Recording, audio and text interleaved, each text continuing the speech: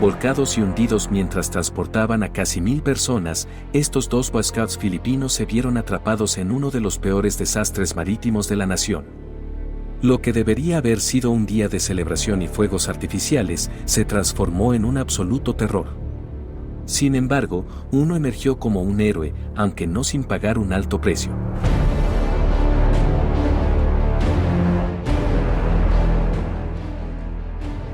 El 2 de julio de 1993, durante el Festival del Río Bocaue en Bocaue, Bulacan, Filipinas, miles de personas se reunieron para celebrar la tradición anual de oración católica conocida como novena, que es una antigua práctica de oración devocional en el cristianismo que consta de 9 días.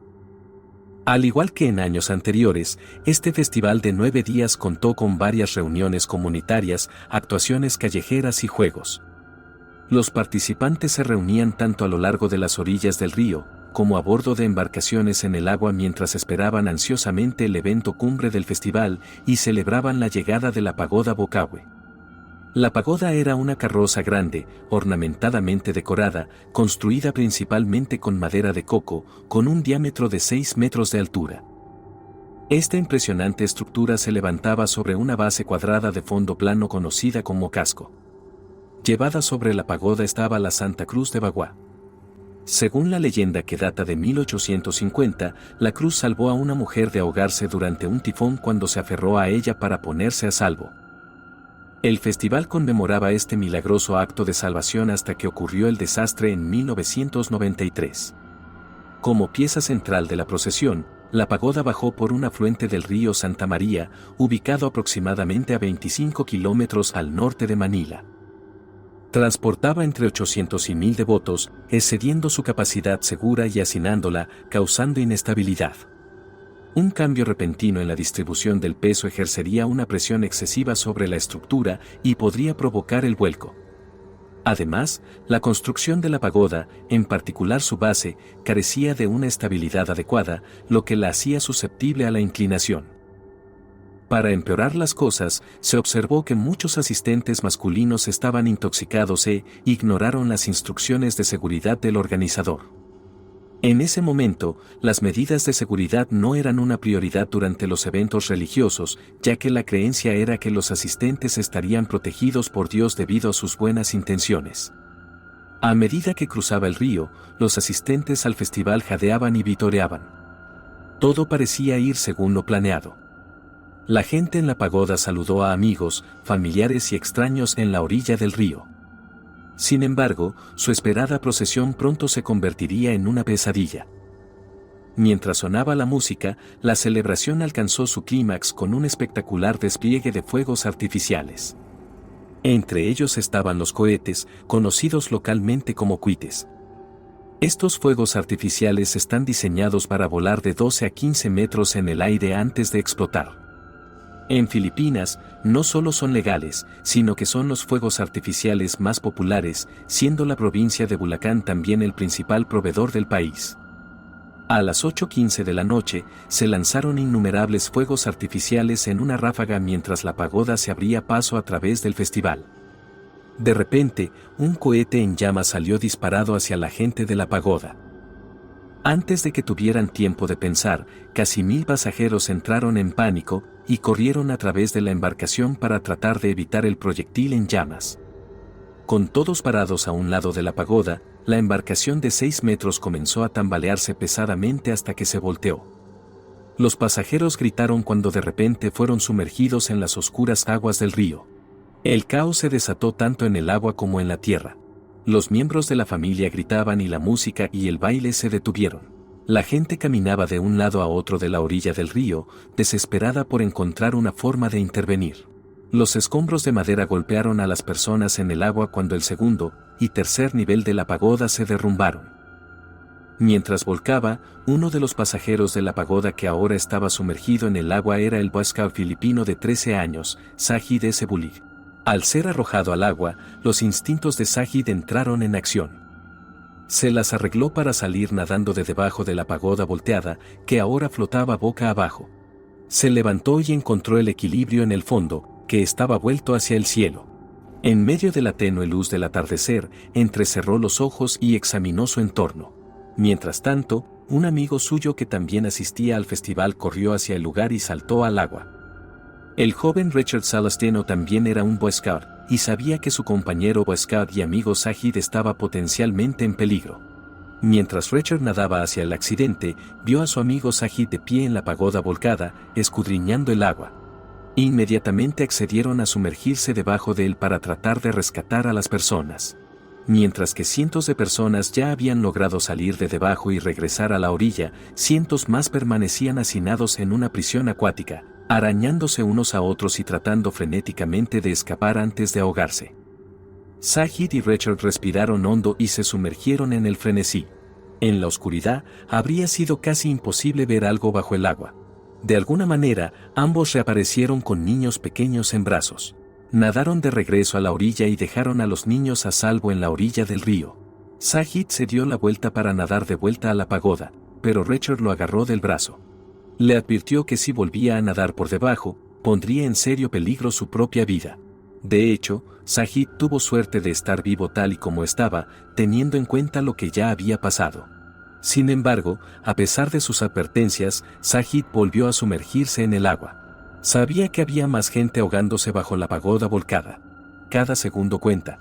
Mientras nadaba debajo de la embarcación por segunda vez, los espectadores ansiosos observaron cómo logró salir a la superficie momentos después con otro niño en brazos. Sajid nadó de regreso a la orilla, dejó al niño en tierra y una vez más nadó de regreso hacia la pagoda. En repetidas ocasiones, Sajid regresó con otro niño en brazos.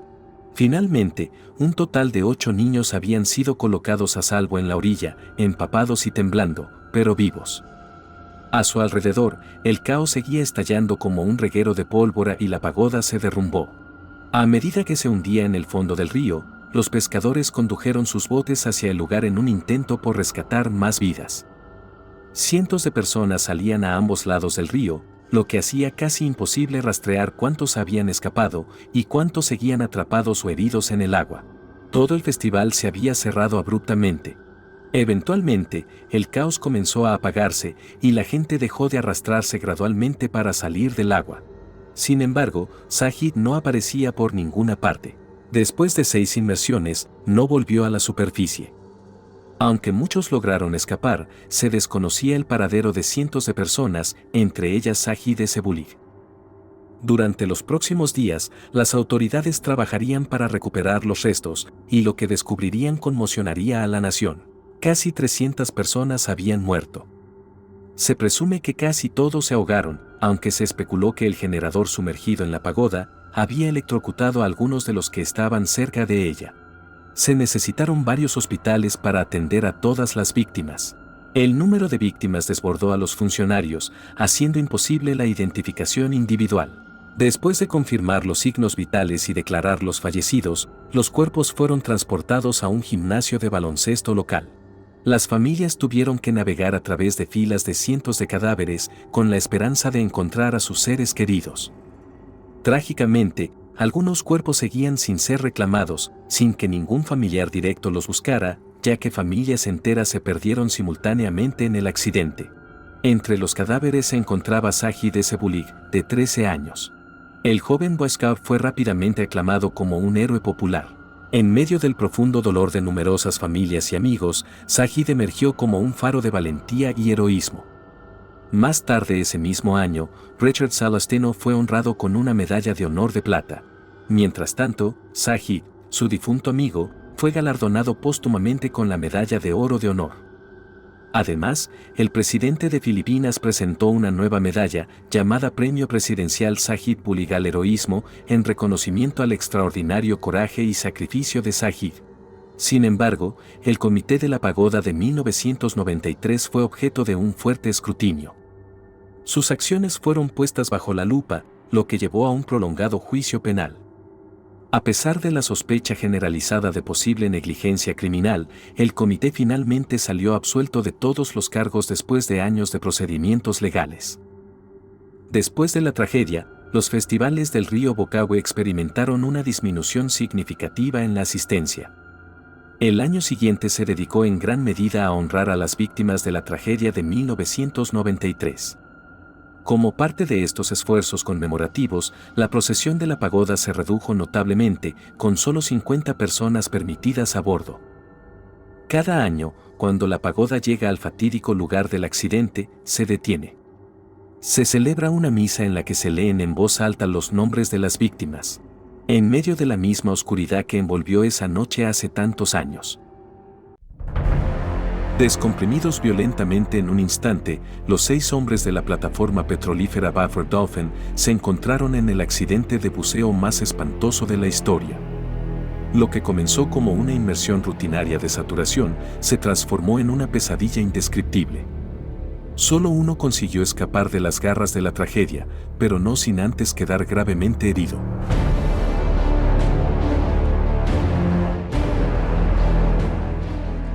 El sábado 5 de noviembre de 1983, mientras perforaban en el campo de gas Frigg en el sector noruego del Mar del Norte, los buzos Rope Lucas, Adwen Kaurn, Troels Hallovik y Bjorn Hjaeber Bergersen se encargaban del mantenimiento en las profundidades de la plataforma.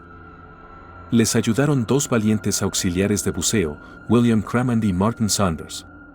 Truls Sellevik y Bjorn Bergeson descendieron a una profundidad de 89.9 metros para el mantenimiento del marco inferior de la estructura de perforación. La capacidad de alcanzar tales profundidades fue posible gracias al uso de una campana de buceo, que podía conectarse a un conjunto de cámaras donde vivían temporalmente los buzos. A diferencia de otros buzos, pasaban hasta 28 días en una cámara estrecha y de alta presión, trabajando, comiendo y durmiendo. En el Buffer Dolphin, la compañía petrolera esperaba que los buzos trabajaran turnos largos de 18 horas, con apenas 3 horas de sueño antes de obligarlos a trabajar nuevamente.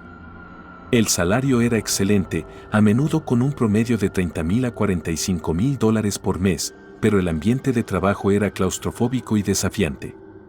La plataforma petrolera dependía de cientos de miembros de la tripulación para trabajar muy duro al mismo tiempo, pero no tenían idea de lo que estaba a punto de suceder.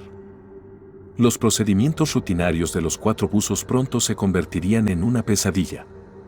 Al entrar en las cámaras presurizadas, que consistían en la cámara 1, la cámara 2, una cápsula de escape unida a la parte superior de un bote salvavidas y un tubo que estaba conectado a la campana de buceo.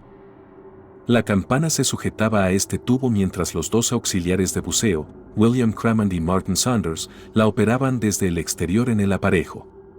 Las cámaras presurizadas estaban colocadas en el aparejo, mientras que la campana de buceo podía separarse para descender a la profundidad requerida.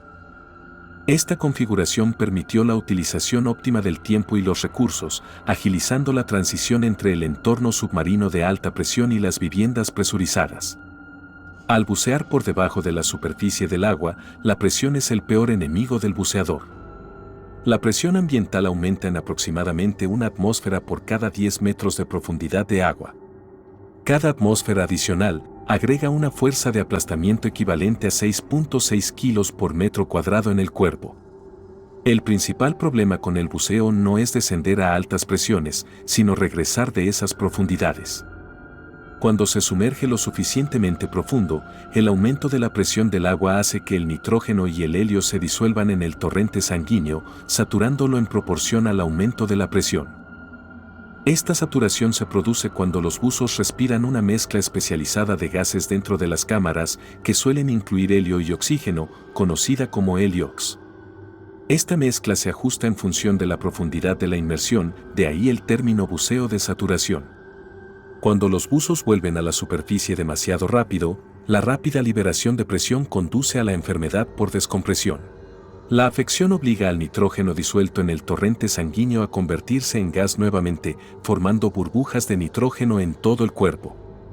La enfermedad por descompresión puede causar náuseas, mareos, dolor intenso en las articulaciones, parálisis e incluso la muerte. La única forma de prevenir la enfermedad por descompresión es regresar cautelosamente a la superficie, dejando tiempo suficiente para que el nitrógeno se difunda de forma natural. Sin embargo, la industria petrolera no es conocida por su paciencia. En este día de rutina, los técnicos de soporte vital se aseguraron de que la composición del aire en las cámaras hiperbáricas coincidiera con lo que los buzos necesitaban para respirar bajo el agua. Al mismo tiempo, el equipo de control de buceo operaba la campana de buceo, que subían y bajaban en una grúa mientras monitoreaban las actividades de los buzos. A las 4 de la mañana, Truls Ejevik y Bjørn Bergeson acababan de completar su trabajo de mantenimiento a una presión de 9 atmósferas requerida para una profundidad de 89.9 metros, y ascendieron de regreso a la superficie usando la campana de buceo. Al llegar a la superficie, la campana de buceo debía volver a colocarse en las cámaras de buceo, ya que ambas funcionaban a la misma presión atmosférica. Mientras tanto, en la superficie, Rod Lucas y Edwin Coward estaban descansando, listos para hacerse cargo del siguiente turno cuando Truls y Bjørn regresaran. Una de las funciones más cruciales en el buceo de saturación pertenece a las embarcaciones auxiliares que ayudan a desplegar y recuperar el cordón umbilical.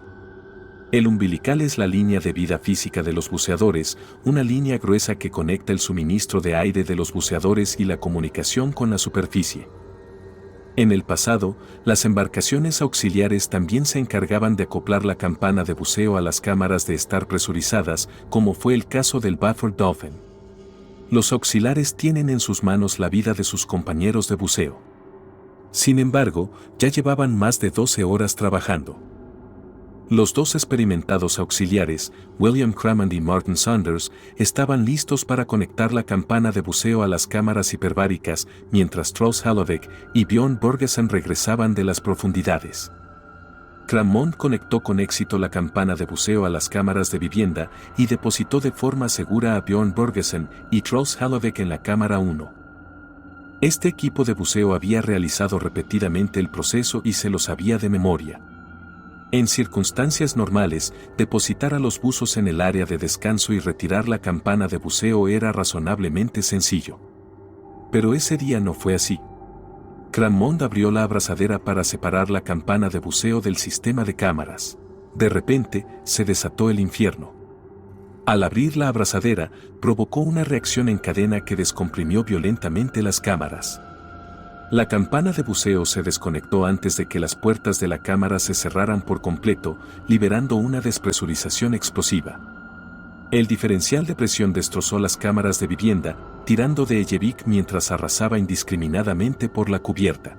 La presión del aire dentro de la campana cambió instantáneamente de 9 atmósferas, que fue la presión experimentada mientras estaba a 89.9 metros bajo el agua, a una atmósfera, la presión de aire promedio en la superficie. La explosiva ráfaga de aire que salió de la cámara hizo volar la pesada campana de buceo. La campana de buceo golpeó a Crammond y Saunders, hiriéndolos de gravedad.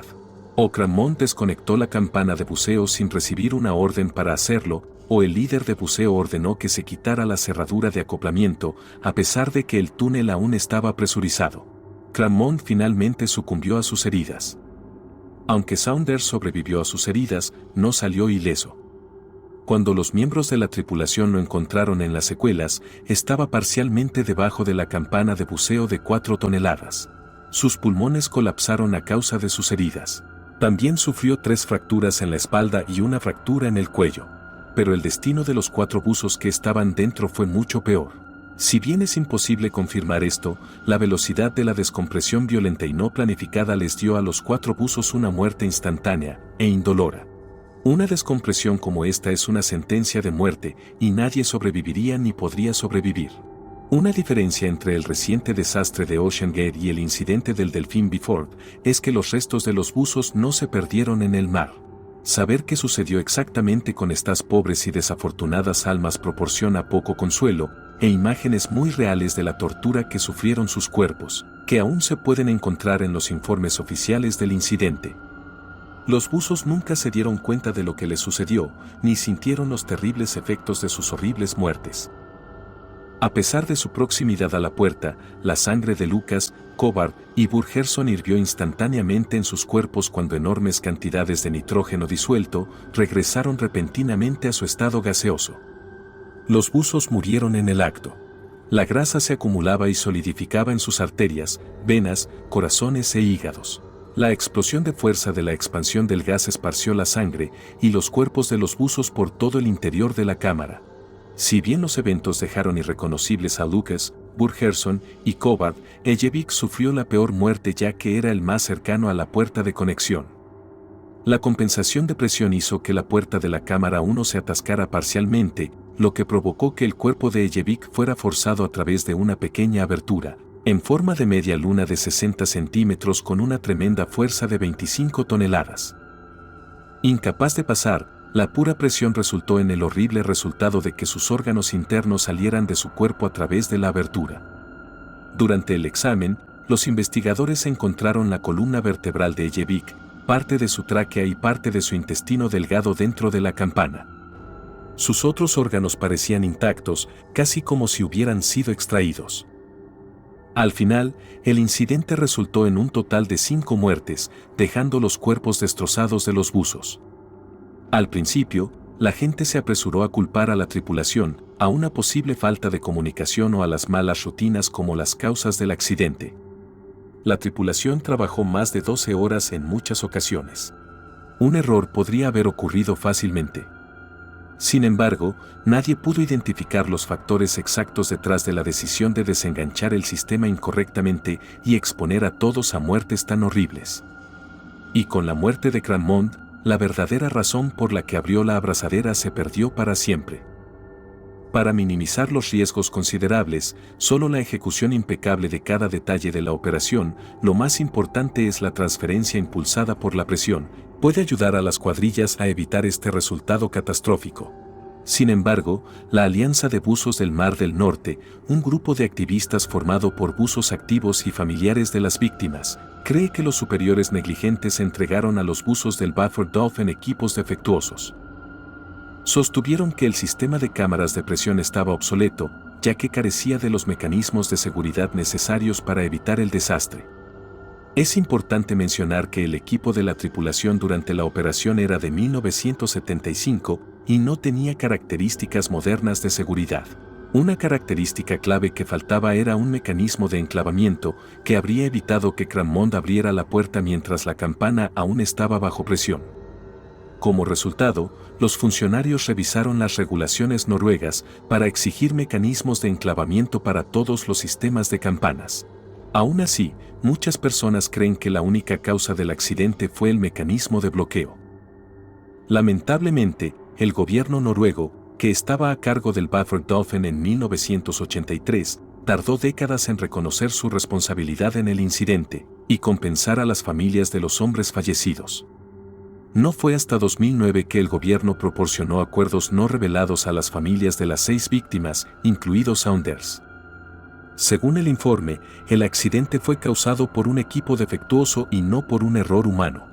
Además de los equipos defectuosos, el ambiente ruidoso que interfirió con las comunicaciones y las órdenes poco claras contribuyeron al accidente. La plataforma Beaufort Dolphin fue un elemento destacado en la perforación en alta mar durante más de 4 décadas, operando en varios lugares del mundo. En 2016, desmantelaron la plataforma Beaufort Dolphin, poniendo fin a la saga en la industria del petróleo y el gas. El 8 de abril de 2017, en la remota y nevada cima del Monte Harvey en Columbia Británica, un grupo de 6 experimentados excursionistas se embarcó en una travesía que prometía tanto desafío como vistas deslumbrantes. La cumbre, a 1.650 metros sobre el nivel del mar, ofrecía panoramas incomparables, pero también ocultaba peligros mortales. Lo que comenzó como una jornada de aventura y camaradería, pronto se tornaría en una tragedia que dejaría una huella imborrable en todos los involucrados.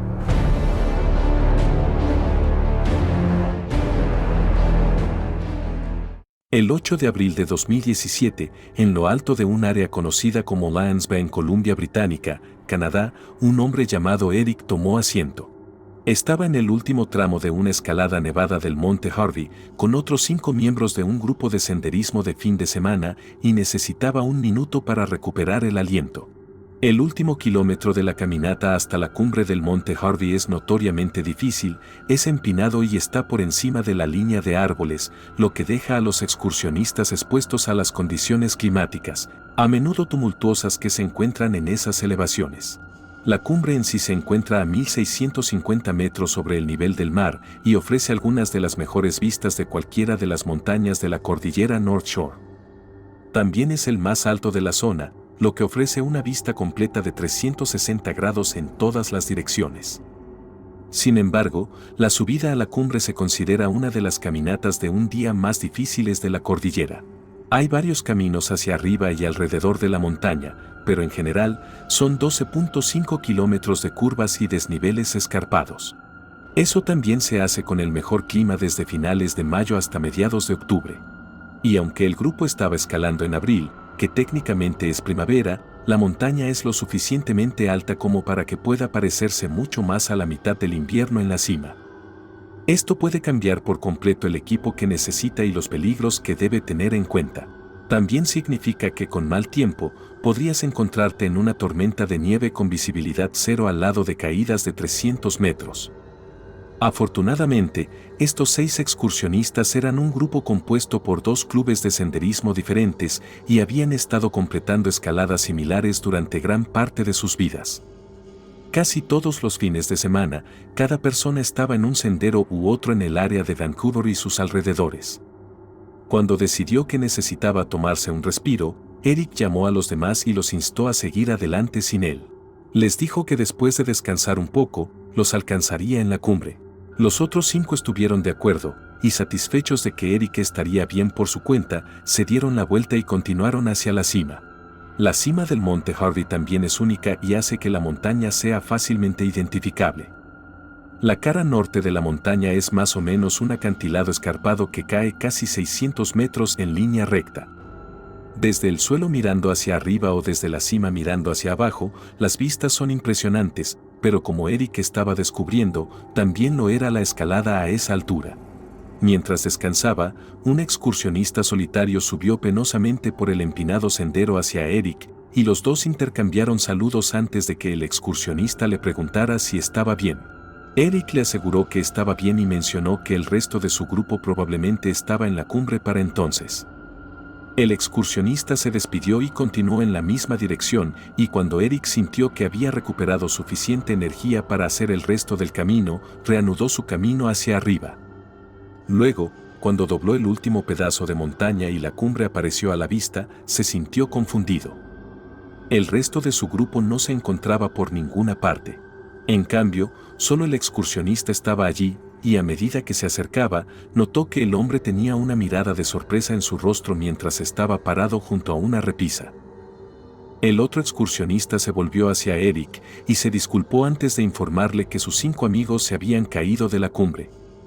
Después de un breve momento aturdidos e incrédulos, los 2 hombres revisaron sus teléfonos celulares y descubrieron que no tenían servicio ni siquiera para llamar a los servicios de emergencia.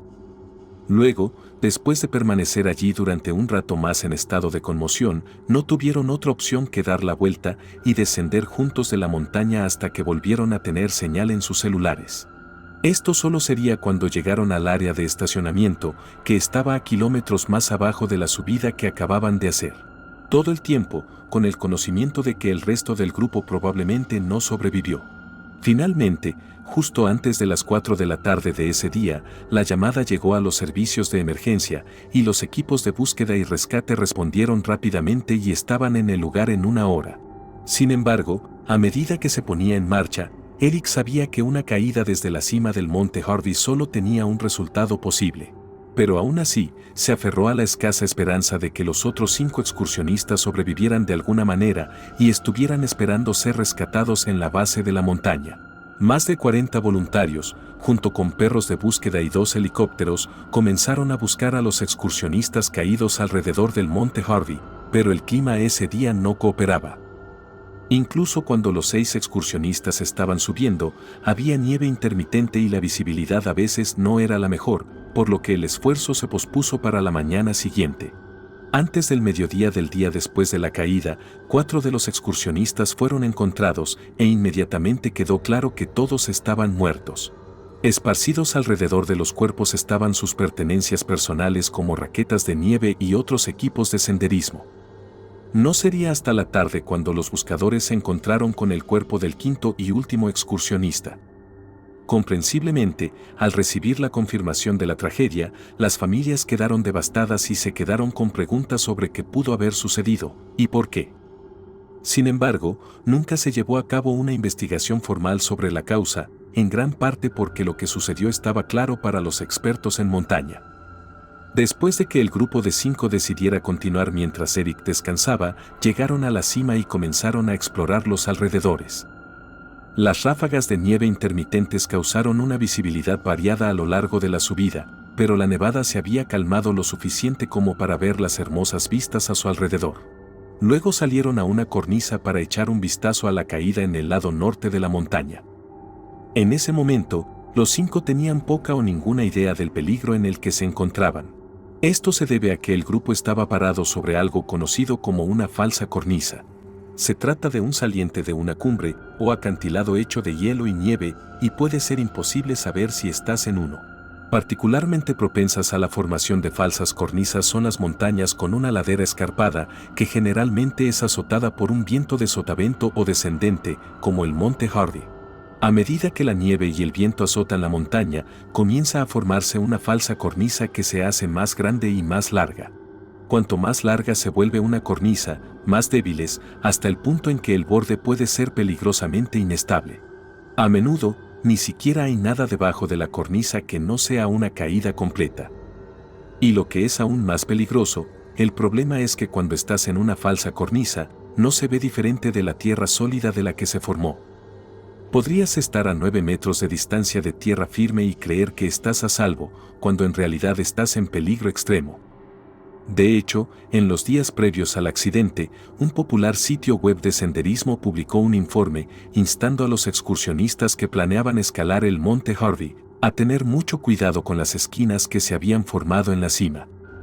Para los ojos expertos, parecía que estaba a punto de romperse. Luego, debido a la época del año, el terreno se había vuelto aún más peligroso a medida que las temperaturas diurnas más altas hacían que la nieve se derritiera. Esto luego se congelaría y se convertiría en hielo durante la noche, y el ciclo comenzaría de nuevo a la mañana siguiente si las temperaturas fueran lo suficientemente altas. Así que para cuando el grupo de los 5 puso todo su peso en la cornisa de la cumbre del Monte Hardy, su integridad se habría visto completamente comprometida. Cuando se separó, los 5 cayeron en caída libre de más de 500 metros. Cuando impactaron en la base de la montaña, podría ser fácil suponer que la nieve profunda amortiguó la caída, pero fue todo lo contrario. En la base debajo de la cornisa había nieve y escombros de una avalancha que ocurrió días antes. Entonces, después de caer por más de 500 metros, el impacto no fue diferente que si hubiera suelo desnudo o roca sólida debajo de ellos, que destrozó y rompió sus cuerpos. Increíblemente, se suponía que otro miembro del club de senderismo también estaría en la caminata con los demás, e incluso empacó su maleta y preparó su almuerzo. Sin embargo, cuando fue a irse, estaba lloviendo a cántaros y estaba demasiado cansado para lidiar con la escalada en esas condiciones, por lo que decidió no ir, lo que probablemente le salvó la vida. La tragedia del Monte Hardy fue una dolorosa lección de la fragilidad humana ante la imponente naturaleza y quedó grabada en la memoria de todos.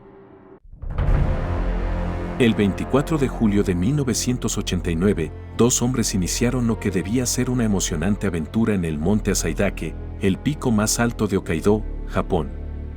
A medida que se adentraban en el escarpado paisaje volcánico, la promesa de una travesía desafiante se convirtió en una pesadilla inimaginable. Perdidos y aislados, encontraron un SOS escrito con abedules, revelando una historia de desapariciones, hallazgos inquietantes y preguntas que aún hoy permanecen sin resolver.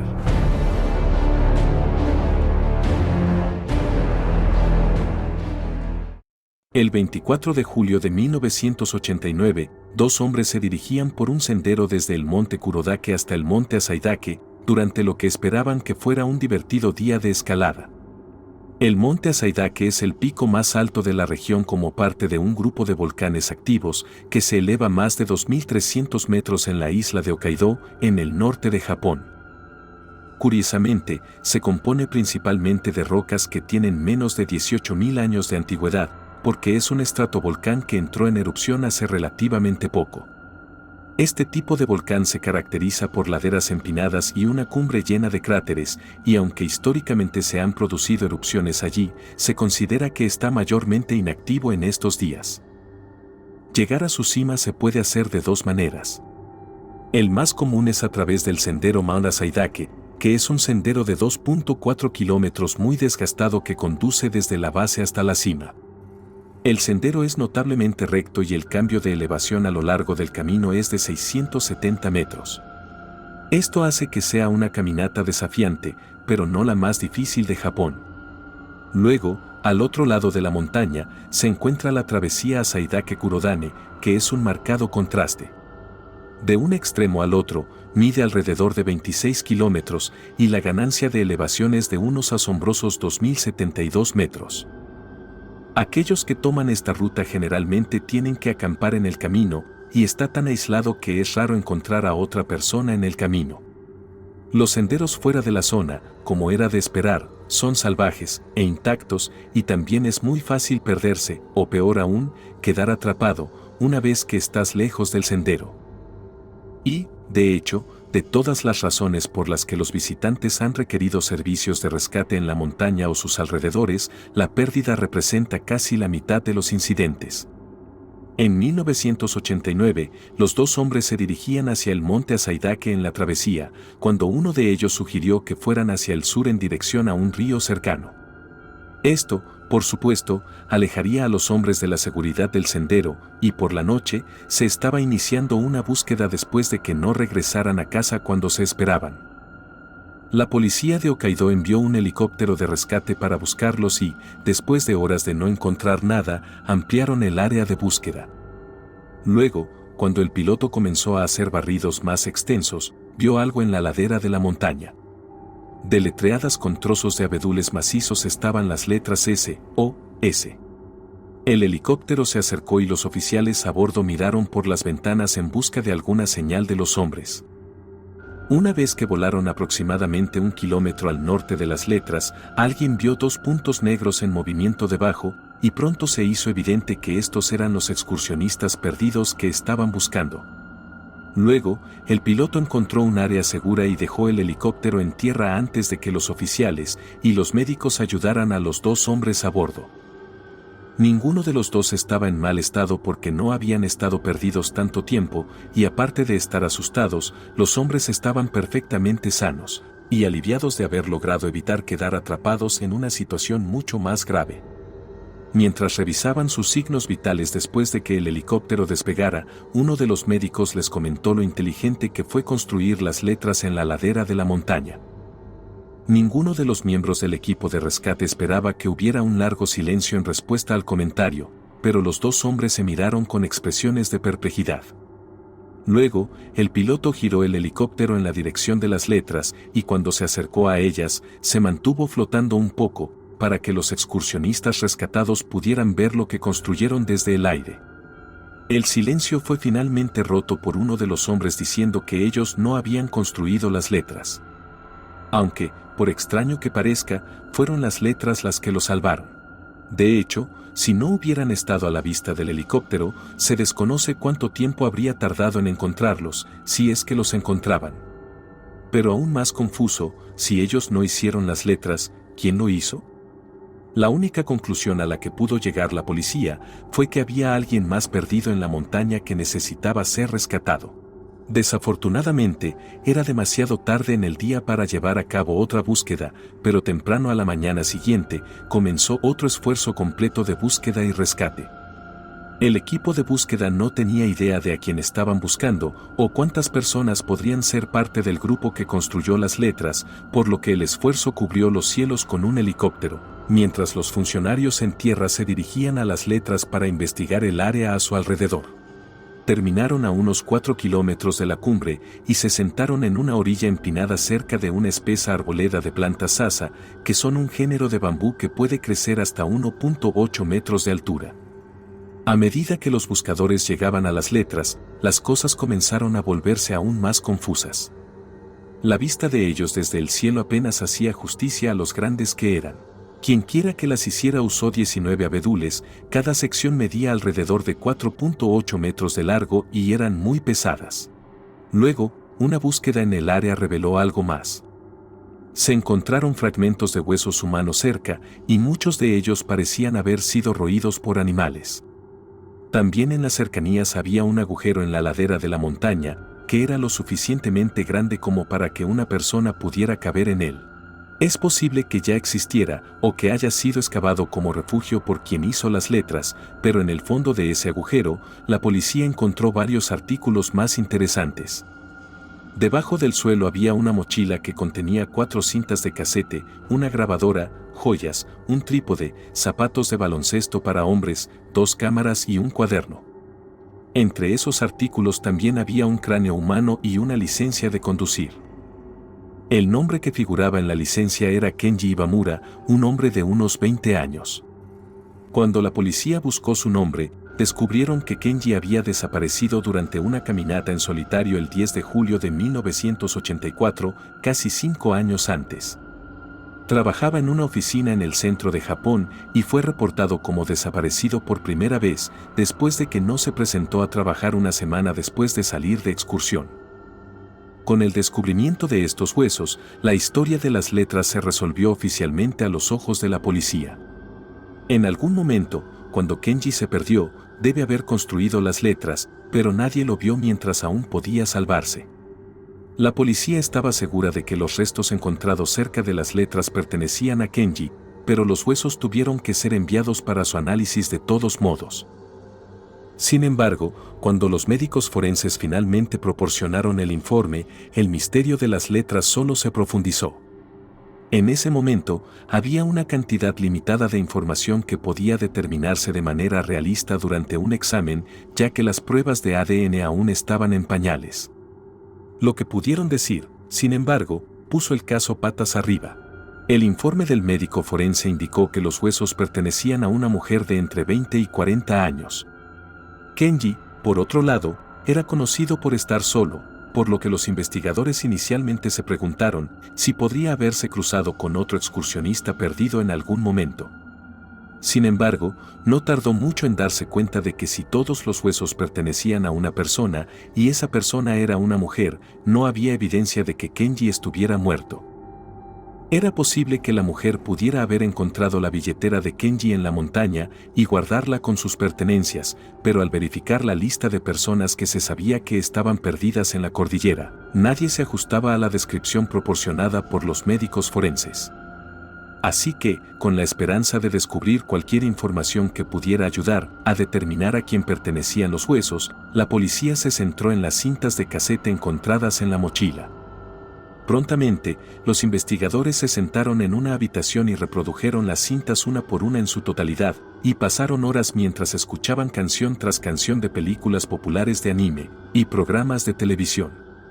Luego, mientras sonaba una de las canciones, la música se detuvo repentinamente y fue reemplazada por 2 minutos y 17 segundos de lo que sonaron como súplicas aterrorizadas. Una parte de esta grabación incluye la voz que describe el área donde se encontraban las letras y dice que las letras están cerca de una profunda arboleda de sasa. Lo que la persona dijo fue: SOS, ayúdame. No puedo moverme en el precipicio. SOS, ayúdame. El lugar es donde conocí por primera vez el helicóptero. El sasa es profundo y no se puede subir. Levántame de aquí. Después de escuchar el mensaje, la policía llegó a la conclusión de que la voz era la de un hombre, que estimaron que tenía unos 20 años. La conclusión natural fue que era Kenji en la cinta, pero con los huesos pertenecientes a una mujer, de repente nada tenía sentido. Y quizás aún más importante, ¿de qué helicóptero estaba hablando la persona? Sin mucho más que hacer, la policía decidió volver a las pruebas que ya había recogido y echar un segundo vistazo. Una de las primeras cosas que tenían que determinar era cuánto tiempo llevaban las letras de SOS en la montaña. La Agencia Forestal Japonesa y la Autoridad Geológica Japonesa fueron convocadas para ayudar porque ambas tomaban periódicamente fotos aéreas de la cordillera para los mapas. Cuando miraron hacia atrás a sus imágenes pasadas de la montaña, le dijeron a la policía que las letras aparecieron en la montaña a partir del 20 de septiembre de 1987. Esto es 3 años después de que Kenji se perdiera, pero no está claro con qué frecuencia se tomaron fotografías de la zona. Para confundir aún más las cosas, en un momento de la investigación, los médicos forenses regresaron y revisaron su informe inicial. En esta revisión, afirmaron que los fragmentos de cráneo y hueso encontrados en el sitio pertenecían a 3 personas, una mujer y 2 hombres. Esto fue básicamente un paso atrás en la investigación, por lo que la policía decidió que los huesos debían ser examinados nuevamente y el 28 de febrero de 1990, los investigadores hicieron públicos los hallazgos. Este segundo análisis determinó que los huesos pertenecían a una sola persona y se trataba de un hombre de unos 20 años.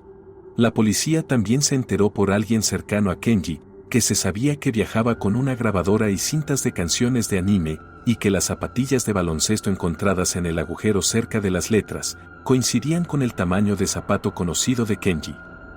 Al tomar en consideración todos sus hallazgos, la policía concluyó una vez más que los huesos y artículos encontrados en el área de las letras pertenecían a Kenji. Cuando esto se anunció, comprensiblemente, el público expresó su descontento con la investigación. Por un lado, los padres de Kenji reprodujeron la grabación y, a pesar de escucharla una y otra vez, no podían decir con certeza que la voz pertenecía a su hijo. Sin embargo, el mayor agujero en la conclusión del caso involucró las letras mismas. En 2015 se publicó un estudio científico no relacionado con el caso sobre el peso y la densidad de los abedules. En él, la longitud promedio de 2.4 metros de abedul aparece como un peso de casi 50 kilos. Los 19 troncos de abedul que componían las letras tenían el doble de ese tamaño, lo que suponía que pesaban alrededor de 98 kilos cada uno. Los médicos forenses determinaron durante el análisis óseo que los restos indicaban que pertenecían a una persona delgada y poco musculosa. Si la persona hubiera estado aún más debilitada por la falta de comida y agua durante un largo periodo de tiempo, juntar esas letras habría sido casi imposible de hacer por su cuenta. Sin mencionar el hecho de que nunca se encontró un hacha u otro instrumento de aserrado o corte en el sitio. Sin embargo, más allá del peso de los árboles, en el análisis se encontró otro dato preocupante.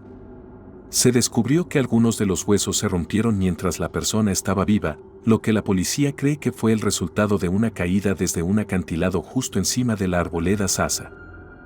Fue una caída a la que se pudo sobrevivir, pero al menos, esto hizo que fuera aún más improbable que alguien con huesos rotos pudiera haber sido responsable de las letras. Sin embargo, la caída podría explicar por qué alguien estaba en esa área en primer lugar.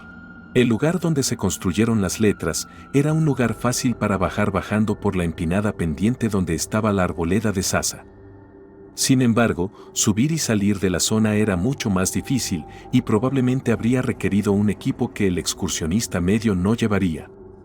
De hecho, en los días posteriores al descubrimiento de las letras y los huesos, un equipo de un medio de comunicación local acudió al lugar de las letras, al que llegaron sin problemas. Sin embargo, cuando terminaron de filmar, descubrieron que no podían volver a salir, por lo que necesitaron ser rescatados.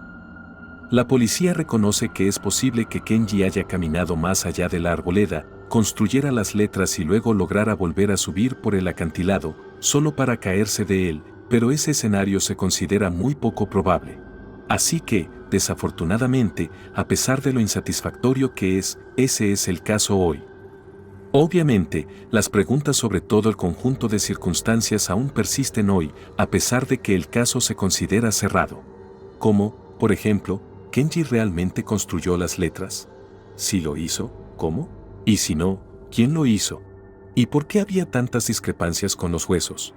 ¿O por qué la persona que aparece en la grabación mencionó otro helicóptero? Es todo muy confuso. Y si llegaste hasta aquí, muchas gracias por ver. Si te ha gustado, házmelo saber en los comentarios. Gracias de nuevo, y espero verte en la próxima.